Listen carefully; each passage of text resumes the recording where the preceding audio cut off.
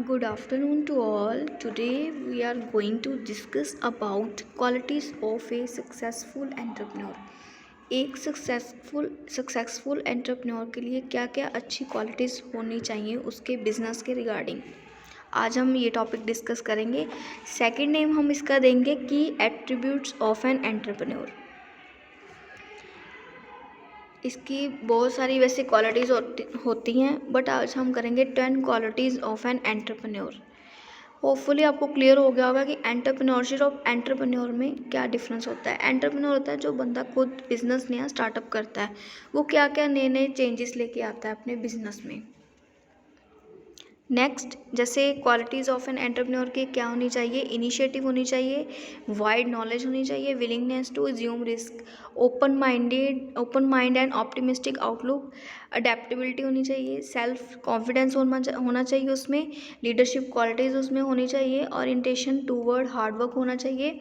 ये सारी क्या है क्वालिटीज़ हैं 10 किसकी, एक एंटरप्रेन्योर की, एक उसके बिजनेस में क्या क्या वो न्यू इनोवेशंस करता है, क्या क्या न्यू बिजनेस में लेके आता है अपनी एक्टिविटीज़, वो सारा फिर क्या बन जाता है उसका एंटरप्रेन्योरशिप।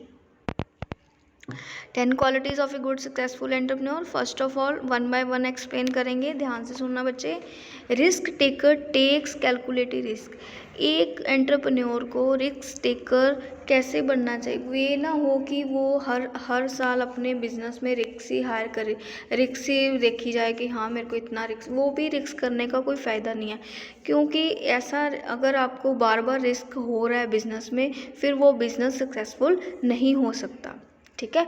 इनोवेटर क्या क्या अपने बिजनेस में इनोवेशंस हो रही हैं, उसके क्या जो इनोवेशंस कर रहा है, टेक्निक्स ला रहा है, उसके अकॉर्डिंग उसका बिजनेस सक्सेस हो पा रहा है या नहीं हो पा रहा, वो सब देखेंगे। Quick decision making, don't waste too much time for taking decision. अगर आप डिसीजन ले रहे हो उसके रिगार्डिंग आपको टाइम वेस्ट नहीं करना चाहिए। जो भी आपका डिसीज़न है उस अकॉर्डिंग करो, उस अकॉर्डिंग बनाओ डिसीज़न को जो आपको आगे जाके बिजनेस में सक्सेसफुल दिखाए। Leader from the front should have good listening skill. एक लीडर तभी सक्सेसफुल हो सकता है जब उसके पास अच्छी कम्युनिकेशन स्किल्स होगी, अच्छी गुड लिसनिंग स्किल्स होगी। कोऑर्डिनेशन, एक बिजनेस के अंडर कोऑर्डिनेशन बनाए रखना बहुत ज़रूरी है, क्योंकि अगर आप एक दूसरे के साथ कोऑर्डिनेशंस नहीं बनाओगे तो आपका बिजनेस सक्सेस नहीं कर पाएगा एक एंटरप्रेन्योर के साथ। Planning is the most important functions of the entrepreneurship. जब फर्स्ट ऑफ ऑल जब प्लानिंग ही नहीं होगी तो आप एंटरप्रेन्योरशिप कैसे चलाओगे, कौन सा काम कैसे करोगे, रिकॉर्डिंग कैसे करोगे बिजनेस की, कलेक्टिंग कैसे करोगे, उसे एनालिसिस कैसे करोगे, वो सारी चीज़ें किस में आती हैं, प्लानिंग में।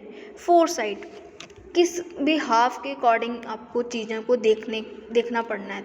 इसमें होता है जैसे आपने कोई एंटरप्रेन्योर अपना फोरसाइट मीन्स बढ़ाना चाहते हो अपना बिजनेस उसमें अगर आपको लग रहा होगा कि हाँ मैं अब बढ़ाना चाहता हूँ, तो आपको ये भी देखना चाहिए आगे जाके मेरा बिजनेस सक्सेस कर पाएगा।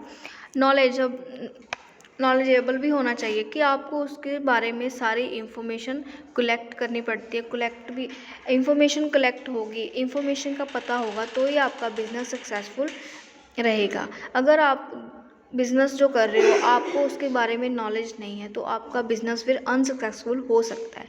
फ्लेक्सिबिलिटी, चेंजेस भी आते रहते हैं बिजनेस के रिगार्डिंग, जैसे कई बार प्रॉफिट हो गया, कई बार लॉस हो गया, रिस्क टेक आउट कर लिया, मीन्स कि ज़्यादा रिस्क भी नहीं होना चाहिए आपके बिज़नेस में। अगर ज़्यादा रिस्क होगा, ज़्यादा लॉसेस होंगे, फिर आपका बिज़नेस अनसक्सेसफुल माना जाएगा। एक गुड कम्युनिकेटर भी होना बहुत ज़रूरी है एक एंटरप्रेन्योरशिप में। अगर एक गुड कम्युनिकेटर नहीं होगा तो वो आप एक दूसरे के साथ अच्छी तरह बातचीत नहीं करोगे तो आपका बिज़नेस सर्वाइव नहीं कर पाएगा। थैंक यू सो मच बच्चे, आज का हमारा ये टॉपिक, और भी वैसे कई सक्सेसफुल एंटरप्रेन्योर होते हैं, बट बेसिकली आज हमने 10 ही किए हैं।